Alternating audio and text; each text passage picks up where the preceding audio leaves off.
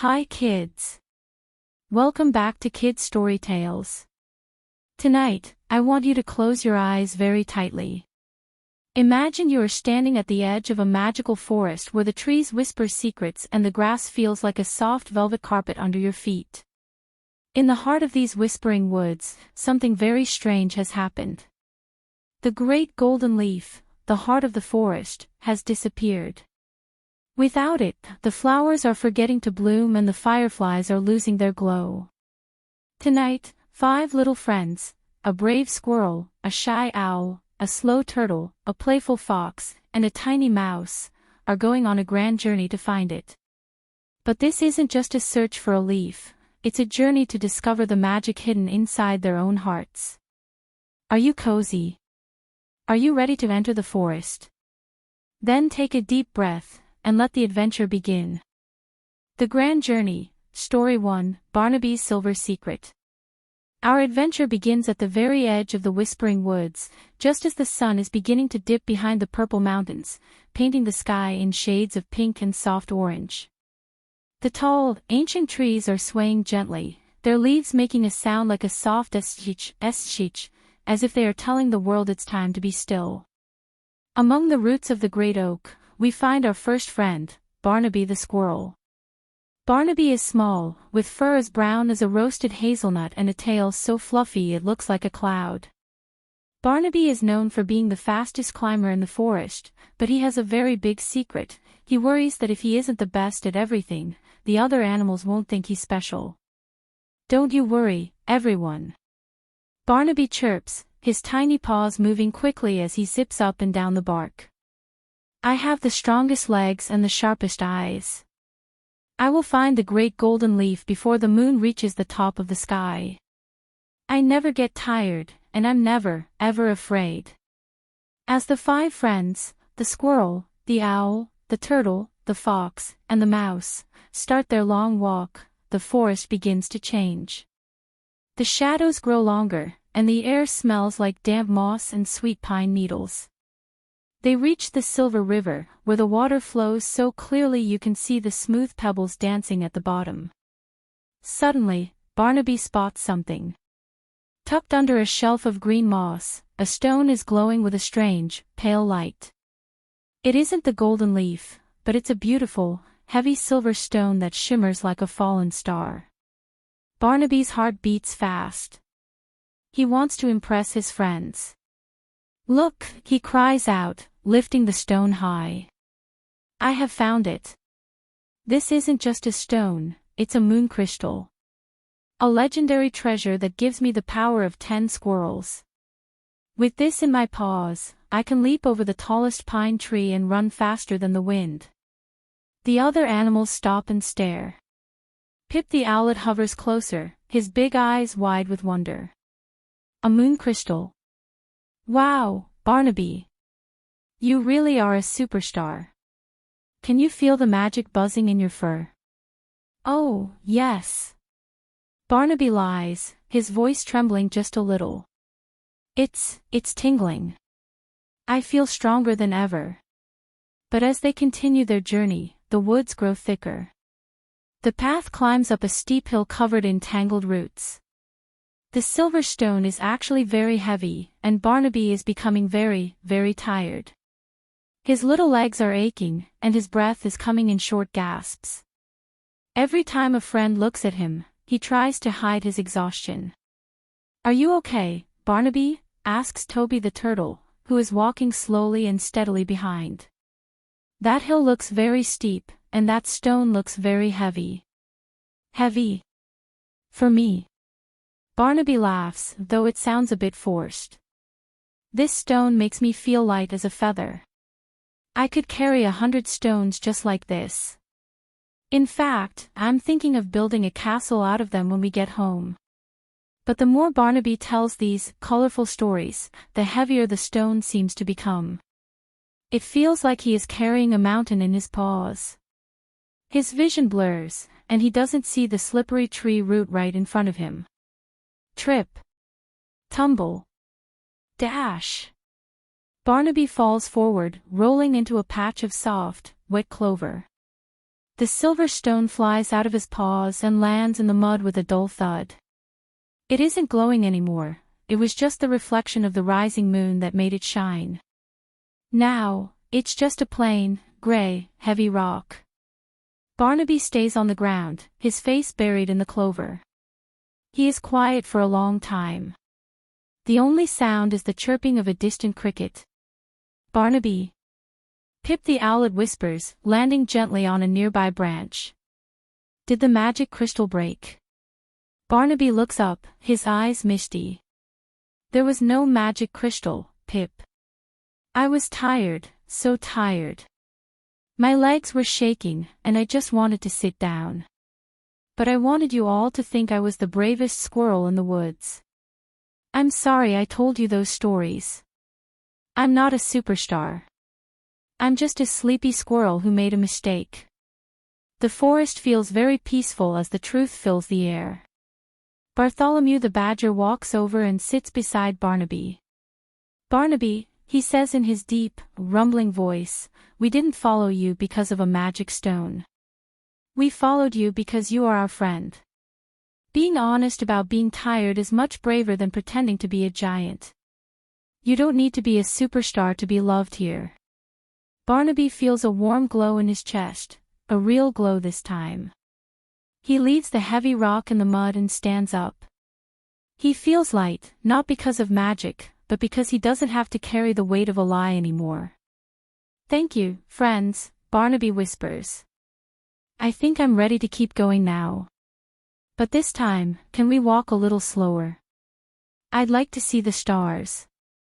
And so, the five friends continue their journey, walking side by side under the twinkling sky, moving deeper into the mystery of the Whispering Woods. Story 2, Pip the Owlet and the Echo of the Brave. The five friends walked deeper into the Whispering Woods, where the trees grew so tall their silver leaves seemed to touch the stars. The air was cool and filled with the sweet scent of night-blooming jasmine. As they reached the edge of the Shadow Canyon, the second part of their journey began. This was the home of Pip the Owlet. Pip was a tiny owl with feathers as gray as wood smoke and eyes as big and golden as 2 full moons. But unlike most owls, Pip was very, very shy. He often tucked his head under his wing when someone spoke to him, and he was terrified of the echo creatures that lived in the deep canyon. Don't worry, Pip. Barnaby the squirrel chirped, feeling much better now that he was being honest. We're right here with you. We'll cross the canyon together. But as they reached the narrow stone bridge that crossed the dark, misty gap, a strange, booming voice echoed from below. Who goes there? Pip's heart hammered against his ribs like a trapped moth. He wanted to be brave like the knights in the stories his grandfather told. He didn't want his friends to know he was trembling. So, Pip took a deep breath and told a colorful story. Oh, that voice. Pip said, his voice squeaking just a little. That's just the great Thunder Eagle. He's a very close friend of mine. In fact, he gave me these invisible silver talons. If any monster tries to bother us, I'll just use my secret eagle strike and save us all. The other animals looked at Pip's small, fluffy talons. Invisible silver talons. Toby the Turtle asked, tilting his head.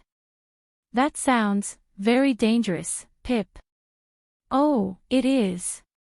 Pip lied, puffing out his feathers to look twice his size. I once fought a mountain giant with these talons. He was so scared he turned into a pile of pebbles. I'm the bravest owl in the history of the Diamond Galaxy. But as they stepped onto the bridge, the mist began to swirl. The wind started to howl through the canyon, making a sound like a ghostly flute. Show us your bravery. The echo whispered. Pip froze. His invisible talons didn't feel very sharp. In fact, they felt very small and very cold. He looked down into the dark mist and felt his knees go weak. He was so busy pretending to be a giant slayer that he forgot how to just be a bird. He couldn't move. He couldn't fly. He was stuck in the middle of the bridge, shivering so hard his feathers started to fall off. "Pip, are you okay?" asked Squeaky the Mouse, sniffing the air. "Use your eagle strike. The wind is getting very loud." Pip tried to lift his wing, but it felt like lead. He looked at his friends, who were all waiting for him to be the superpower he said he was. The weight of the lie was heavier than any canyon mist. Finally, Pip let out a tiny, honest sob. I can't. I don't have silver talons. I've never seen a thunder eagle. I'm just a little owl who is scared of the dark and the wind. I lied because I didn't want you to think I was a coward." The moment the words left Pip's beak, the booming echo in the canyon changed. It turned into a soft, musical hum. The mist cleared, revealing that the echo creatures were just friendly wind sprites who loved the sound of the truth. Bartholomew the Badger walked to the middle of the bridge and tucked Pip under his warm, sturdy arm. "Pip," he whispered gently. "Admitting you are afraid is the bravest thing you can do. Real bravery isn't having magic talons, it's taking the next step even when your heart is shaking." Pip looked up. He realized that his friends didn't move away. They gathered around him, creating a circle of warmth. "We like you just the way you are, Pip," said Fiona the Fox. "Fluffy wings and all." Pip felt a strange new strength. It wasn't eagle magic, but the magic of being known. He spread his wings, his normal, soft, gray wings, and took a steady breath. "Okay," he whispered. "I'm still a little scared, but I can walk now." And so, the 5 friends crossed the bridge together.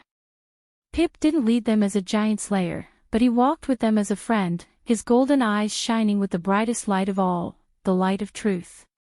The whispering woods seemed to hum a lullaby of approval as they disappeared into the starlit forest, ready for the third part of their quest. Story 3, Toby the Turtle and the Fountain of Speed. As the stars climbed higher into the velvet sky, the 5 friends reached the glimmering gardens. This was a place where the flowers glowed like colorful lanterns, pinks, blues, and deep purples, casting long, dancing shadows on the grass. In the center of the garden sat Toby the Turtle. Toby was the oldest of the group, with a shell as hard as an ancient stone and eyes that had seen many seasons. But Toby had a secret wish: he didn't want to be the slow one anymore. He tired of always being the last to reach the berry bushes or the last to see the sunrise. "Don't worry, everyone," Toby said, his voice slow and rhythmic. "I'm actually much faster than I look. You see, I have a hidden turbo shell that I only use for emergencies. If we need to get through the gardens quickly, I'll just activate it and carry you all on my back like a lightning bolt." The friends stopped, their eyes wide. "A turbo shell?" asked Fiona the Fox, her tail twitching. "Wow, Toby. That sounds like the fastest thing in the world. Can you show us just a little bit of your speed?" Toby felt a pinch of worry. He didn't have a turbo shell. He just had his regular, sturdy home on his back. But he wanted to feel important. So, he told a colorful story. "Oh, it's far too dangerous to use here." Toby lied, trying to walk a little faster than his legs wanted to go. "If I go too fast, I might create a whirlwind and blow all the glowing flowers away. I once raced a shooting star and won by a mile. I'm the fastest creature in the history of the Whispering Woods." As they moved deeper into the gardens, they came across the labyrinth of vines. The vines were thick and moved slowly, like sleeping snakes. To get through, they had to be very patient and move carefully. But Toby was so busy trying to look fast that he started rushing. He bumped into the vines, his heavy shell clattering against the stalks. "Hurry up, Toby," called out Barnaby the Squirrel. "Use your turbo shell to clear a path." Toby's heart hammered. He tried to run, his little legs churning in the dirt. But he wasn't built for running, he was built for steady walking. He tripped over a glowing root and landed upside down, thump, his legs waving helplessly in the air. "Toby, are you okay?" asked Squeaky the Mouse, scurrying over to his side. "Is the turbo shell broken?"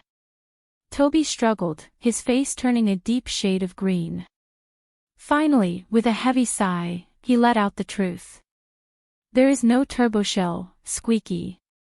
I'm just slow. I'm the slowest turtle in the world. I lied because I was tired of being the one everyone had to wait for. I wanted to be the hero who saved the day with speed." The friends gathered around and gently helped Toby flip back onto his feet. The garden grew very still. Bartholomew the badger sat down next to Toby and looked at the thick vines. "Toby," he said softly, "if you had been fast, you would have missed the beauty of these flowers. And look at these vines, they don't move for fast animals, they only open for those who have the patience to wait." Toby looked at the vines. As he stood perfectly still, being his slow, steady self, the vines began to pull back, creating a perfect, safe path for the friends. "You see?" Bartholomew smiled. "Being fast isn't a superpower. Being patient is. We don't need a lightning bolt, Toby. We need the friend who knows how to take his time." Toby felt a wave of peace. He realized that his slow pace allowed him to see things the others missed, the tiny bugs sleeping in the petals and the way the moonlight hit the dew. He didn't need to be fast to be a hero. "I'm ready," Toby whispered, walking at his own beautiful, slow pace. "And I promise, I'll tell you every wonderful thing I see along the way." And so, the 5 friends walked through the labyrinth of vines, guided by the wisdom of the slowest, and now the most honest, turtle in the woods. Story 4, Fiona the Fox and the Mask of Moonlight. As the friends moved past the glimmering gardens, the air turned misty and sweet, smelling like wild raspberries and damp earth. They had reached the mirrored meadows, a place where the grass was so silver it looked like a calm lake. This was the home of Fiona the Fox. Fiona was beautiful, with fur the color of a setting sun and a tail that looked like a flickering flame. She was the smartest of the group, always knowing which path to take. But Fiona had a secret worry. She thought that if she wasn't the most perfect and magical fox, her friends wouldn't find her interesting. "Oh, don't mind the mist, everyone," Fiona said, her voice smooth and playful. "I have a secret mask of moonlight hidden in my fur. It allows me to see through walls, talk to the trees, and even turn invisible. If we run into any trouble in these meadows, I'll just disappear and lead you all to safety from the shadows." The friends gasped, their eyes shining in the dark. "Turn invisible?" asked Squeaky the Mouse, her whiskers twitching. "Wow, Fiona! That is the most amazing power of all. Can you show us just a little bit of your magic?" Fiona felt a cold shiver. She didn't have a mask of moonlight.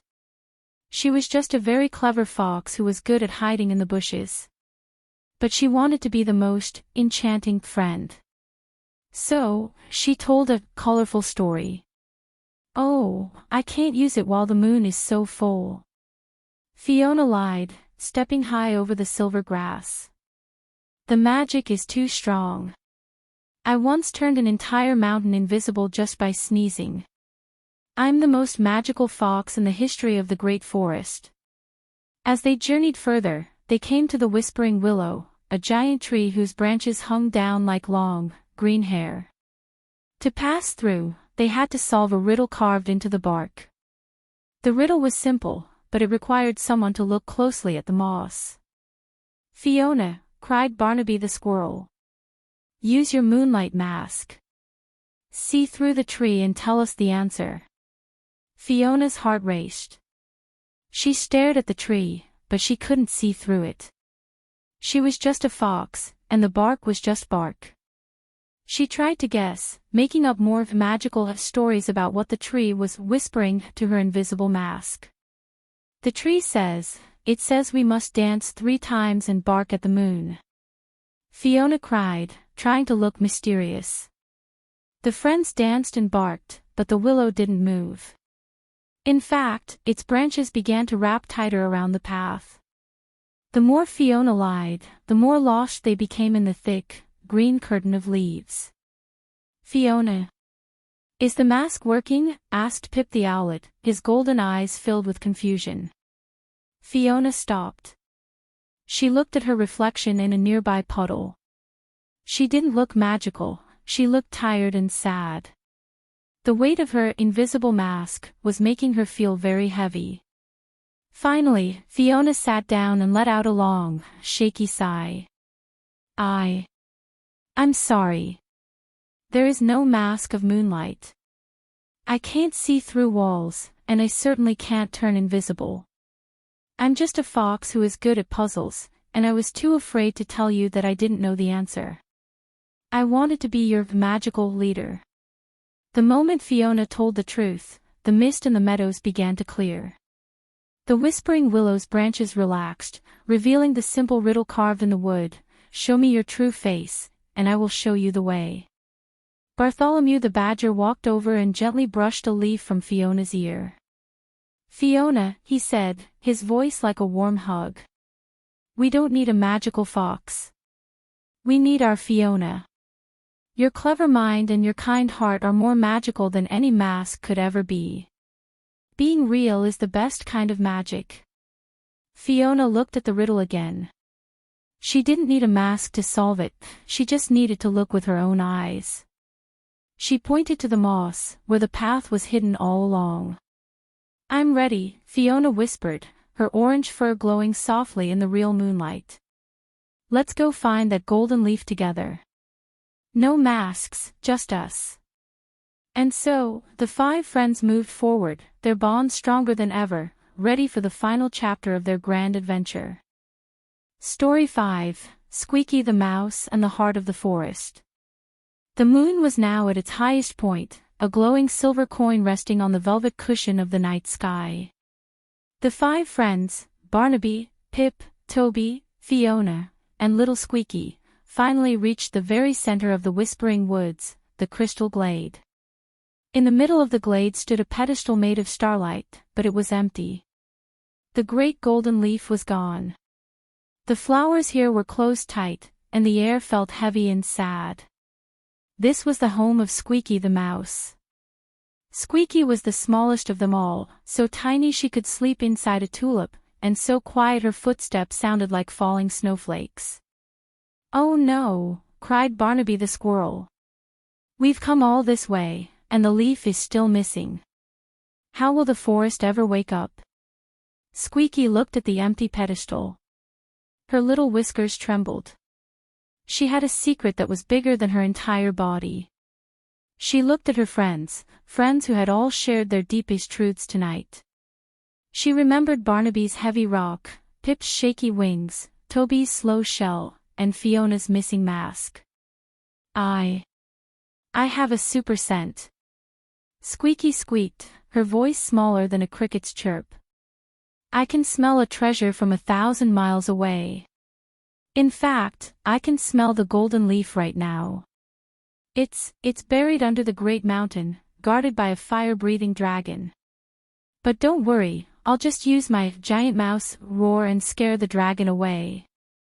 The friends looked at Squeaky. "A fire-breathing dragon?" asked Pip the Owlet. "Squeaky, that sounds very dangerous for a tiny mouse. Are you sure you can roar that loud?" "Oh, yes." Squeaky lied, standing on her tiptoes. "My roar is louder than thunder. I once scared away a thunderstorm just by yelling at the clouds. I'm the most powerful mouse in the history of the universe." But as Squeaky led them toward the great mountain, she began to feel a cold, heavy lump in her tummy. There was no dragon. There was no giant mouse roar. She was just a tiny mouse who was afraid that if she didn't have a big story, she would be stepped on and forgotten. They reached a dark, quiet cave. "Go on, Squeaky," encouraged Fiona the Fox. Roar for us. Scare the dragon so we can get the leaf. Squeaky opened her tiny mouth. She tried to roar, but all that came out was a tiny, shaky meep.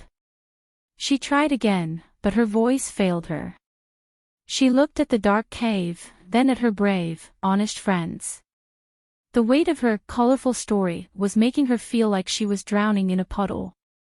Finally, Squeaky burst into tears, her tiny paws covering her eyes. "I'm sorry. I'm so sorry. I can't roar. I'm just a tiny, quiet mouse. There is no dragon. I found the golden leaf yesterday while I was playing. It was so beautiful and shiny that I thought if I kept it, I would finally be important. I hid it in my nest under the soft moss because I wanted to be the one who found it today and became a hero." The glade fell into a deep, peaceful silence. Squeaky reached into her tiny satchel and pulled out the great golden leaf. It wasn't glowing. It was dull and cold because it had been hidden away in a lie. Bartholomew the badger knelt down until he was eye to eye with Squeaky. "Squeaky," he said, his voice like a gentle breeze. "You didn't need a dragon or a roar to be a hero. You were already the heart of our group. But the forest doesn't shine because of one hero, it shines when we all share the truth together." Squeaky took the leaf and placed it back on the starlight pedestal. "I'm just Squeaky," she whispered. "And I'm sorry I hid the light." The moment the golden leaf touched the pedestal, something magical happened. Because all 5 friends had shared their truths, the leaf began to glow, not just gold, but with the silver of Barnaby's honesty, the gold of Pip's bravery, the emerald of Toby's patience, the orange of Fiona's real magic, and the pure white of Squeaky's heart. The glow spread through the trees, waking up the fireflies and making the flowers bloom in the middle of the night. The whispering woods were alive again. "You see." Bartholomew smiled as the 5 friends huddled together. "The greatest journey isn't across mountains or through canyons. It's the journey to being exactly who you are. And tonight, you all became true legends of the forest." The 5 friends, tired but happy, curled up together under the glowing warmth of the golden leaf. As their eyes grew heavy and the forest sang a soft, true lullaby, they realized that they didn't need magic crystals, silver talons, or giant roars. They had each other, and they had the truth. And as you drift off to sleep, little dreamer, remember, the real you is the most magical treasure of all. Good night, sleep tight, and may your dreams be filled with the light of the whispering woods. Thank you for joining us on this grand journey at Kid Story Tales. If you loved our 5 friends and their lessons of honesty, give us a big thumbs up and don't forget to subscribe for more bedtime adventures. Until next time, sweet dreams.